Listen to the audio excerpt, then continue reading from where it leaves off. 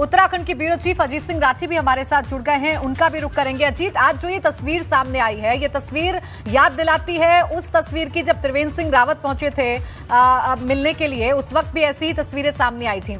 अभी आज के समय में इस तस्वीर के क्या मायने निकाले जाएं?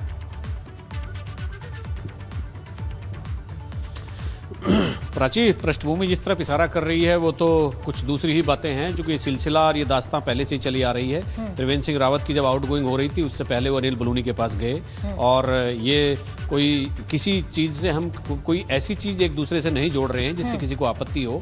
जो हुआ था हम वही बता रहे हैं। तीरथ सिंह रावत भी जब मुख्यमंत्री से हटने वाले थे वो भी अनिल बलूनी के घर गए थे, और फिर अब ये तीसरी बात है। तो ये एक सामान्य बात है। हम एक आम आदमी के तौर पर ये सोचते ही हैं कि हर बार ऐसा क्यों हो रहा है। हो सकता है कि पुष्कर सिंह धामी और अनिल बलूनी मिलकर ये जो एक जटिलताएं पैदा हो गई है इनका हल निकालने के लिए गृह मंत्री अमित शाह के पास पहुंचे हो, लेकिन एक चीजें कोरिलेट अपने आप ही एक दूसरे को कर रही हैं। त्रिवेंद्र रावत, तीरथ रावत और पुष्कर धामी अनिल बलूनी के रास्ते ही ऊपर जा रहे हैं, और वो पहले दो तो आउटगोइंग हुए हैं, इनका अभी कुछ कहा नहीं जा सकता क्या होगा।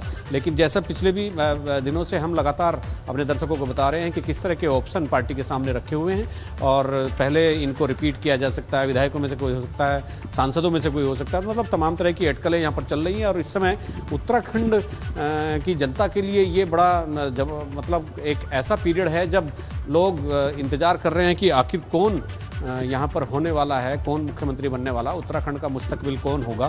तो इसको लेकर के यहाँ एक कौतूहल, एक क्यूरियोसिटी, एक जिज्ञासा लोगों में जगी हुई है। भारतीय जनता पार्टी के कार्यकर्ता जिन्होंने अपनी पूरी जीतोड़ मेहनत के साथ पार्टी के लिए काम किया और पार्टी को जिताया, वो अपने नए मुस्तकबिल के लिए, राज्य के नए भविष्य के लिए, नए मुख्यमंत्री के लिए इंतजार कर रहे हैं। और आज तकरीबन 10 तारीख के बाद अब आप गिन सकते हैं कि कितने दिन हो गए हैं, लोग केवल प्रतीक्षा कर रहे हैं। ये कयासबाजियों का जो बाजार है लगातार हर रोज़ गर्म होता है, और शेयर बाजार की तरह ये ऊपर उठता है, सेंसेक्स पर नीचे जाता है। आज एक दूसरा आदमी, दूसरा नेता मुख्यमंत्री बनता है, कल फिर कोई दूसरा बनता है। यही सिलसिला पिछले 4-5 दिन से चल रहा है। अजीत, मैं ये आपसे समझना चाहूंगी, जैसा अविनाश बता रहे थे कि पहले हार पर समीक्षा हुई, और ये समीक्षा की गई कि कुमाऊं मंडल जहां से पुष्कर सिंह धामी आते हैं वहां पर इतनी कम सीटें भारतीय जनता पार्टी को क्यों मिली, खटीमा सीट क्यों हार गए पुष्कर सिंह धामी। उसके बाद अमित शाह से उनकी मुलाकात, ये क्या मायने निकाले इस बात के? प्राची, देखिए मैं आपको बताता हूं कि अपने 6-8 महीने के कार्यकाल में और आचार संहिता से पहले भी अगर मैं गिन लेता हूं इन सब चीज़ों को, तो पुष्कर सिंह धामी ने अपने गृह क्षेत्र में, यानी अपने गांव में, यानी अपनी विधानसभा में 19 दौरे किए। 19 में 11 दौरे ऐसे थे जिनमें नाइट होल्ड था, यानी उनको आप 2 गुना कर सकते हैं।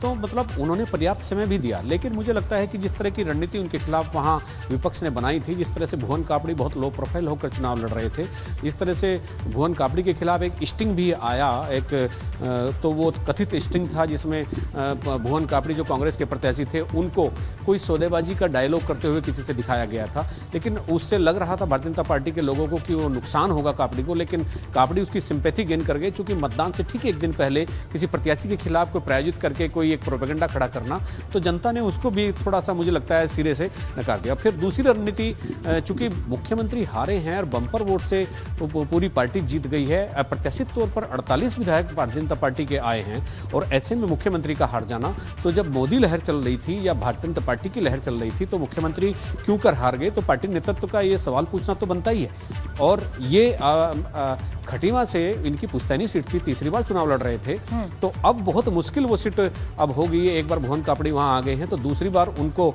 शिकस्त देना और बहुत नए सिरे से रणनीति खड़ी करनी होगी।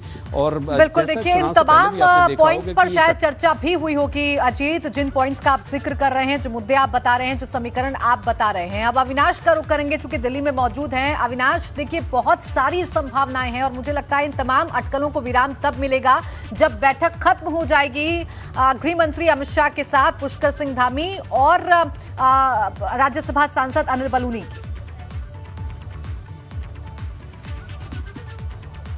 जी बिल्कुल, जाहिर तौर से बात है, क्योंकि अब पार्टी के जो 2 शीर्षस्थ नेता हैं, पहले प्रधानमंत्री नरेंद्र मोदी हैं और दूसरे गृह मंत्री अमित शाह हैं, तो उनके पास अब मुलाकात करने के लिए पहुंचे हैं उत्तराखंड के कार्यवाहक मुख्यमंत्री पुष्कर सिंह धामी।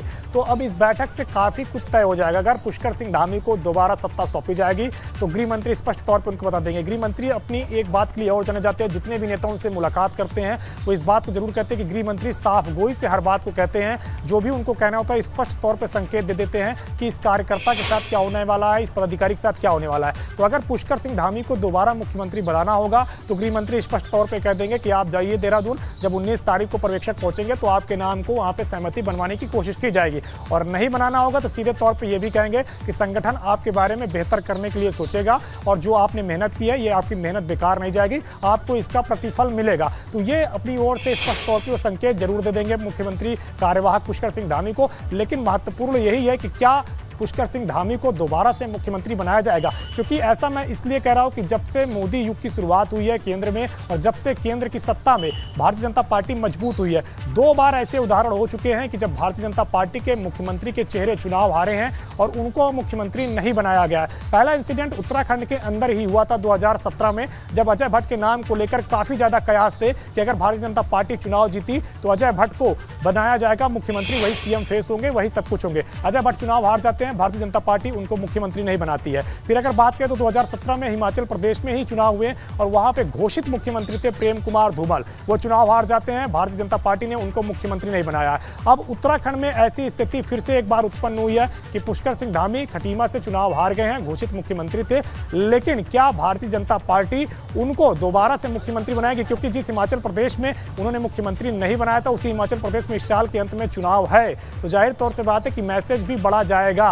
लेकिन भारतीय जनता पार्टी मैं फिर से कहता हूं कि हमेशा से चौंकाने वाले फैसले करती है और अब इंतजार करना होगा कि पार्टी आला कमान, खासतौर से प्रधानमंत्री नरेंद्र मोदी और गृह मंत्री अमित शाह और पार्टी के राष्ट्रीय अध्यक्ष जेपी नड्डा क्या निर्णय लेते हैं। क्या वो पुष्कर सिंह धामी पर विश्वास जताते हैं, आस्था जताते हैं और उनको दोबारा मुख्यमंत्री बनाते हैं? क्योंकि तमाम तरह जो बीजेपी के कार्यकर्ता